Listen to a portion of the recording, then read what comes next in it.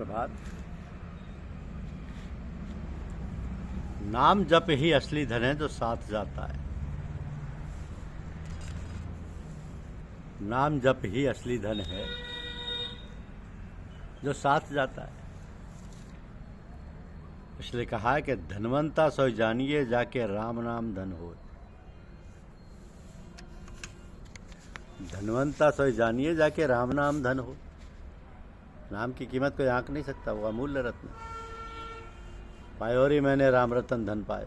नाम को सगुण और निर्गुण से भी बड़ा बताया। कहो कहाँ लागी नाम बड़ाई, राम ने सके नाम गुण गाई।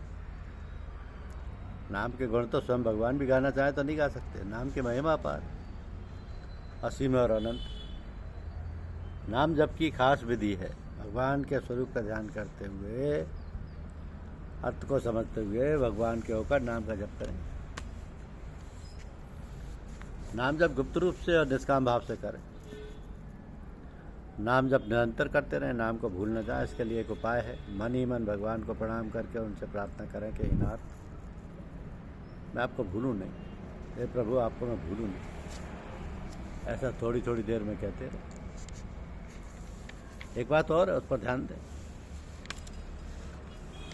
कि जब कभी आपको भगवान अचानक याद आ जाए, तो भगवान का नाम अचानक याद आ जाए, उस समय समझो कि भगवान मेरे को याद करते हैं। ऐसा समझकर प्रसन्न हो जाओ कि मैं निहाल हो गया, मेरे को भगवान ने याद कर लिया। अब और काम पीछे करेंगे। उस समय नाम जप कीर्तन में लग जाओ। ऐसा करने से भक्ति बहुत ज़्यादा बढ़ती है।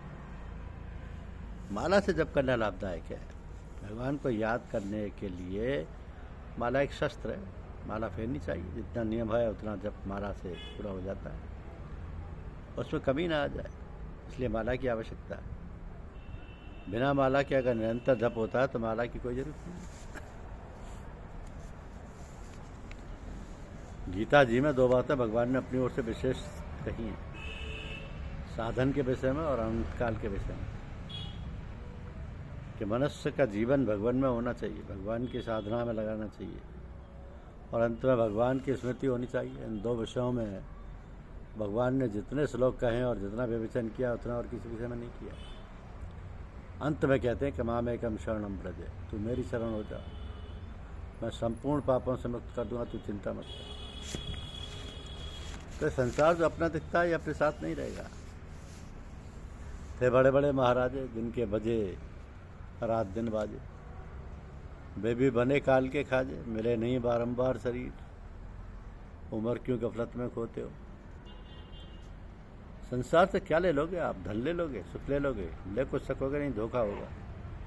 धोखा। संसार से किसी एक को भी पूर्ण सुख मिला है क्या?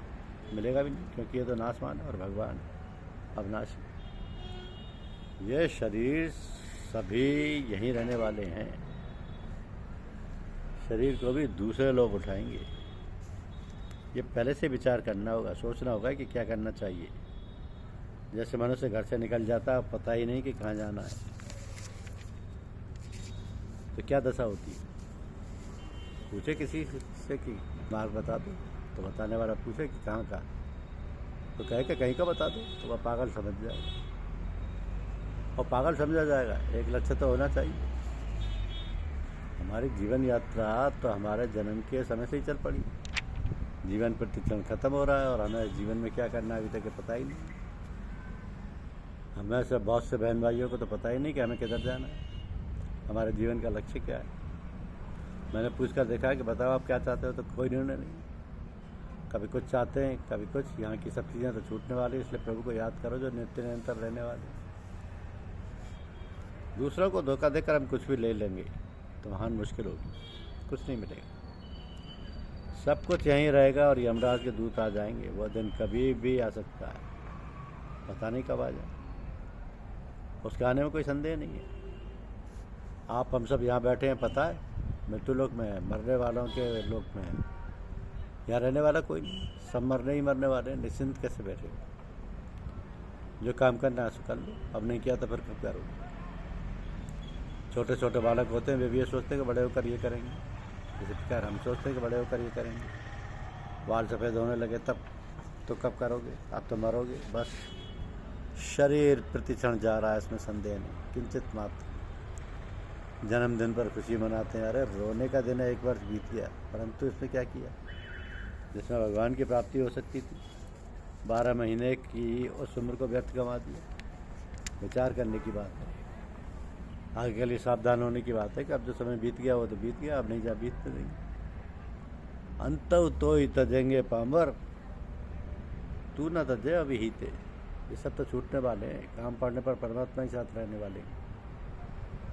प्रभु ही हमारे हैं सज्जनों, और हमारा कोई नहीं। तो हे नाथ पुकारो, जब प्रभु सब समय में, तो अभी भी हैं, सब जगह पर हैं, यहाँ भी और सबके हैं तो हमारे भी, सब में है तो हमारे भी हैं। तो स्वयं कहते हैं सुहृदम सर्वभूतानां, प्राणी मात्र के सुहृदय ऐसे परमात्मा के रहते हुए हमारी दुर्दशा हो तो फिर क्या कहें। उनके रहते हुए हम दुख पाएँ, कष्ट उठाएँ, तो इसमें कारण क्या है कि उनसे विमुख हो और नाशवान पदार्थों के पीछे पड़े कि वे मिल जाए, भोग भोग मान सम्मान मिल जाए। मिलेगा कुछ नहीं, धोखा होगा धोखा, सब जगह का तो रह जाएगा, सब कुछ नहीं जाएगा, साथ कुछ नहीं जाएगा। और तो उपकार करो, साथ क्या चला जाएगा, साथ चलेगा स्वभाव, सेवा करने वाला सब जगह सेवा करेगा और महान आनंद लूटेगा। असली पूंजी आपकी है, आपका स्वभाव।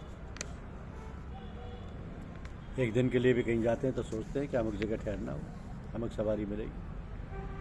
अरे तो इस संसार को एक दिन छोड़ना है, ऐसे छोड़कर जरूर जाना पड़ेगा, तो उसका प्रबंध किया है कि नहीं, ये प्रत्येक भाई बहन को स्वयं को सोचना हो। एक क्षण का भी पता नहीं, हार्ट फेल हो जाता है, चलते फिरते मर जाता है। पर हम क्या फौलाद के बने, इसलिए स्वभाव को शुद्ध बना और एक का उपकार करो, हित करो, प्रभु को याद करो। जितने संत महात्मा हुए हैं वैसे भगवान को याद करने से ही संत महात्मा बने। भगवान के नाम में न सब खाली खाली। अतः उठते बैठते सोते जगते काम धंधा करते हुए भी और ना करते हुए भी भगवान को पुकारते रहो। उनसे काम पढ़ने वाला, उनकी याद करते रहो, सब समय नाम जप करते रहो और कहते रहो राम राम राम। नाम जप करो, अंत में नाम काम आएगा। धन संपत्ति परिवार मकान कुछ काम नहीं आएंगे। अभी तक जिन कामों को करते हुए आपको सत्संग भजन ध्यान स्वाध्याय पाठ जप आदि के लिए समय नहीं मिलता है, अंत में क्या होगा। हमने कुछ नहीं किया, ये सारा काम धंधा कुछ नहीं किया, मैं भर्ती होने वाला है। मनुष्य कहता सत्संग के लिए समय नहीं मिलता, राम राम कितनी भारी भूल। बच्चा जन्मता है तो बड़ा होगा कि नहीं होगा, इसमें संदेह। पढ़ेगा कि नहीं पढ़ेगा, इसमें संदेह। विवाह होगा कि नहीं होगा, इसमें संदेह। परंतु मरेगा कि नहीं मरेगा, इसमें संदेह नहीं। मरना तो पड़ेगा। जिन कामों में संदेह होने तो तत्परता से कर रहा हूँ। जिस काम में संदेह नहीं, जाना तो पड़ेगा जरूर, उसके लिए कोई तैयारी नहीं। बड़े आश्चर्य की बात है। धन्यवाद। यूट्यूब चैनल को लाइक और सब्सक्राइब अवश्य कीजिए। शुक्रिया।